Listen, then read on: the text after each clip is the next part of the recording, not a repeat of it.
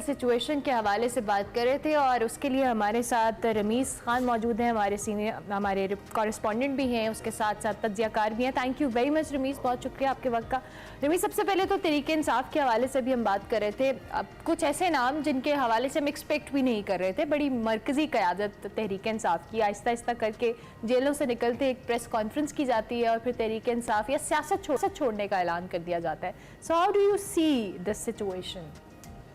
देखिए, जिसका भी आपने हवाला दिया असद उमर साहब का कि जो प्रेस कॉन्फ्रेंस की गई थी उससे पहले जो हाई कोर्ट के जज साहब ने कहा था, I think they were very meaningful कि अगर आपने एक प्रेस कॉन्फ्रेंस कर देंगे या आप प्रेस कॉन्फ्रेंस ऐसी कर देते हैं जिसमें आप पार्टी से लाताल्लुकी का ऐलान कर देंगे तो फिर आपको रीअरेस्ट नहीं किया जाएगा। मेरा ख्याल इन कलमात को हुकूमत को बहुत सीरियसली लेना चाहिए, क्योंकि ये लोगों के जहनों में एक बहुत गलत इमेज क्रिएट कर रहे हैं।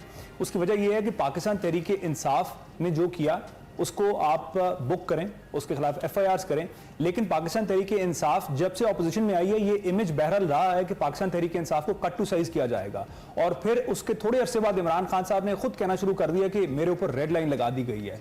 तो अगर ये इमेज हुकूमत परपेचुएट करने देगी कि पाकिस्तान तहरीक इंसाफ को खत्म करने की कोई मजमूम कोशिश हो रही है या हुकूमत कोई कंसर्टेड एफर्ट कर रही है, तो मेरे ख्याल लोग इसको बड़ा नेगेटिवली परसीव भी करेंगे और शायद काउंटर रिएक्ट भी करेंगे। मेरा जाती तौर पर ख्याल ये है कि ये केसेस को अब थोड़ा सा जरा लॉजिकल एंड पे पहुंचना चाहिए। कोई इंक्वायरी कमीशन बैठना चाहिए जिससे ये डिटर्मिन हो कि इनमें कितने लोग कसूरवार हैं। महज ये कहना कि आपने किसी एक पॉइंट पे जाके प्रोटेस्ट करना है, ये कतई तौर पे ना तो किसी मिसक्रिएंट की ना किसी टेररिस्ट होने की निशानी है। उसके बाद क्या हुआ, वो कैसे हुआ, किसने इंस्टिगेट किया, किसने उन लोगों को इंसाइट किया कि वो ये काम करें, किस तरह से ये हुआ कि सिक्योरिटी उसको कंटेन नहीं कर सकी। मेरा ख्याल वो सारे एंगल हैं जिनको स्टेट को प्रूव करना चाहिए और गालिबन स्टेट को नहीं, मेरा ख्याल जुडिशरी को प्रूव करना चाहिए, क्योंकि स्टेट ने जिस तरह से हाई हैंडनेस एग्जिबिट की है, ये स्टेट काम नहीं करती। स्टेट माँ की तरह होती है, स्टेट सबको साथ लेकर चलती है, उन बच्चों को भी, उन लोगों को भी जो गलतियां करते हैं। अगर जिन्होंने गलती की या जो गलती करने वालों के साथ थे आप सबको एक ही लाठी से हाँकेंगे तो मेरा ख्याल है इससे आप बुराई का खात्मा नहीं कर रहे, आप सिर्फ एक बुराई को और लोगों तक फैला रहे हैं, इस मैसेज को और लोगों तक फैला रहे हैं कि भाई अब आपकी एक पोजीशन है, हमारी एक पोजीशन है। ये जो डिवाइड है ये नहीं होनी चाहिए। स्टेट गलती करने वालों को सजा दे, वो जिस तरह से मर्जी सजा दे, स्टेट सजा दे, लेकिन गलती वालों के तफरीक करे कि जनाब कौन वहां पे क्या था, किसने वहां पे राइटिंग की, किसने वहां पे तोड़फोड़ की, किसने आग लगाई। महज जो बंदा वहां पे गया है या जो उस विसिनिटी में पाया गया है उसको उठा लेना, पाकिस्तान तहरीक इंसाफ के हर लीडर को उठा लेना, पाकिस्तान तहरीक इंसाफ के लीडर्स के ऊपर 302 की FIR कर देना।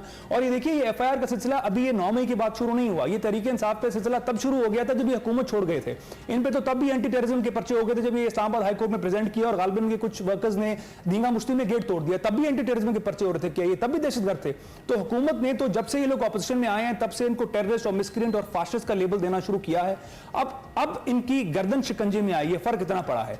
तो ये जो इंप्रेशन है, ये इंप्रेशन हुकूमत को हर दो सूरतों में जाहिर करना चाहिए, क्योंकि एट द वेरी एंड आज जो हम यौम शुहदा की तकरीब देख रहे हैं, इसके दूसरे एंड पे आप उन लोगों को लेके आ गए हैं। पाकिस्तान के अंदर कोई ऐसा शख्स नहीं है, अगर मैं अपनी बात करूं या आपकी बात करूं, जब हम बचपन में हम ड्रामा से या इनकी डॉक्यूमेंट्री से इतने इंस्पायर्ड थे कि अपने जिस्म पे आर्मी की वर्दी देखना चाहते थे, तो आज ये किस तरह हुआ कि आज एक पॉलिटिकल पार्टी को आप इनके आमने सामने ले, इनका मुकाबला उनसे नहीं था, इनका मुकाबला उन लोगों से था जिन्होंने इस मुल्क में गलतियां की हैं, और गलती एक बार नहीं की है, कई बार हुई है, 4 बार तो ऐसी गलती हुई है जिसके हवाले से पॉलिटिकल पार्टीज खुद कहते आई हैं। तो आज ये कैसे हो गया कि सारी गलतियां ये लोग भूल के अब सारा इल्जाम पाकिस्तान तहरीक इंसाफ के वर्कर्स पर देने बैठ गए हैं?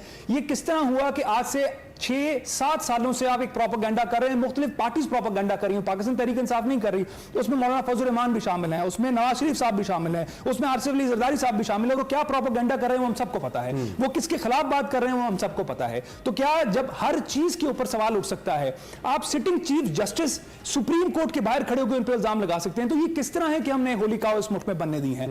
मेरा ख्याल है हर इदारे को इस कॉन्स्टिट्यूशन के नीचे काम करना चाहिए। हर इदारा अगर इस कॉन्स्टिट्यूशन के नीचे काम करेगा तो मुल्क आगे बढ़ेगा। और at the very heart of this fight, इस पूरी जो लड़ाई को जिसको हमने जंग बना दी है, इसके हार्ट में कॉन्स्टिट्यूशन था। वजह यह थी कि एक तरफ पीडीएम एंड देयर पैनोप्ली, सारी पॉलिटिकल पार्टीज हैं, एक तरफ तहरीक इंसाफ है। बुनियादी जंग क्या थी? बुनियादी जंग ये थी कि जनाब इलेक्शंस दो। ठीक, बुनियादी जंग इलेक्शंस की थी।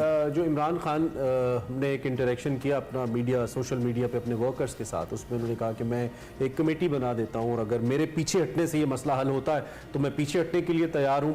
और अक्टूबर में अगर ये लोग इलेक्शन करवाना चाहते हैं तो मुझे बता दें कि अक्टूबर में इलेक्शंस करवाने का क्या फायदा होगा, तो अक्टूबर में भी इलेक्शंस हो जाएं अगर इसका फायदा मुल्क को होता है। आप इस पे क्या कहेंगे? देखिए, पाकिस्तान तहरीक इंसाफ के चेयरमैन का ये बयान मेरा ख्याल खासा वाइज है इन कॉन्टेक्स्ट के जो आप उनके लीडर्स के साथ वो देख रहे हैं, जो अपने वर्कर्स के साथ देख रहे हैं। कोई भी ज़ीशोर आदमी होगा तो ये नहीं चाहेगा उनके वर्कर्स के साथ वो सलूक हो, specially in view of that one comment जो कि chief justice Lahore high court के, इस्लामाबाद हाई कोर्ट के एक जस्टिस ने दिया कि जनाब अगर आप पार्टी से लाताल्लुकी का इजहार कर देंगे तो आपको री अरेस्ट नहीं करेंगे। जनाब ये लीडर्स के लिए है, वर्कर्स तो गए, दे आर बुक्ड, जो भी विसिनिटी में पाया गया दे आर बुक्ड, उन बेचारों का कोई पुरसाने हाल नहीं है। ये अगेन मैं जिस तरह पहले बोला, इस असर को जाहिर करना चाहिए। ये जिस तरह से आपने स्टेट को अपने लोगों के सामने ले आए हैं, कोई स्टेट अपने लोगों से लड़के ना तो सर्वाइव करती है, ना लोग चाहते हैं अपनी स्टेट से लड़ना। लोग स्टेट से यही तवक्को करते हैं कि वो मुल्क की बेहतरी की बात करेगी, इंक्लूसिविटी की बात। साहब की लीडरशिप ने किया ना, आप चाहते हुए या ना चाहते हुए, देखिए जिस तरह के मनाजिर हमने दुनिया को दिए, ये आप और मैं जानते हैं ना इस मुल्क की रियलिटी क्या है। लेकिन अगर इंटरनेशनल मीडिया की हम बात करें,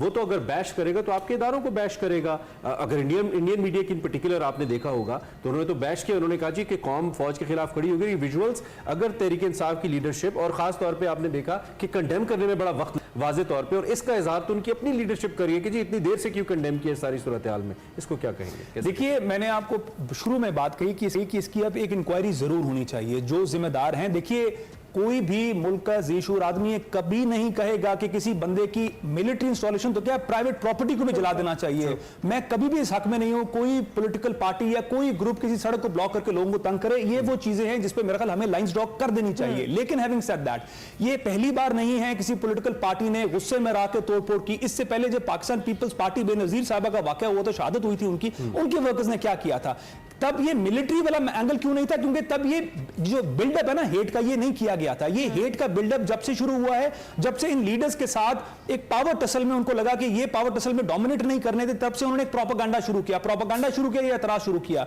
वो शुरू हुआ पाकिस्तान पीपल्स पार्टी के दौर में, मुशर्रफ जाने के बाद ये हमने प्रोपेगेंडा सुना, उसके बाद ये नवाज शरीफ साहब के दौर में हुआ, उसके बाद ये इमरान खान के दौर में हुआ। तो मेरा ख्याल है जब आपके मुल्क के प्रेसिडेंट और प्राइम मिनिस्टर कुछ एतराज करते हैं तो एक इंक्वायरी वहां पर भी होनी चाहिए कि वो इसमें एक बात इसमें है ना कि जब ये एहतजाज हुआ तो ये सारे एहतजाज करने वाले लोग मॉल रोड से पंजाब असेंबली, गवर्नर हाउस, इन जगहों से गुजर के गए। उन्होंने स्पेसिफिक जो टारगेट किया वो मिलिट्री रिलेटेड पॉइंट्स को किया, चाहे वो अस्करी टावर था, चाहे वो जिना हाउस था। इसी तरह से आप पिंडी में जीएचक्यू देख ले, आप पेशावर में एफसी को देख ले, हेडक्वार्टर्स देख ले। तो इसका मतलब ये है कि पहले कहीं ना कहीं कोई ना कोई प्लानिंग तो थी ना कि आपने you have to hit the military installation. ये हो गया एक एंगल। ये आपने जो बात की इसको बिल्कुल एक एंगल लेकर चलते हैं। अगेन ये जब तक इंक्वायरी नहीं होती इसको डिटर्मिन नहीं किया जा सकता। लेकिन इसका एक और एंगल भी है कि इमरान खान को गिरफ्तार कैसे कराया गया, उस दिन प्राइम मिनिस्टर कहां थे, उस दिन चीफ मिनिस्टर कहां थे?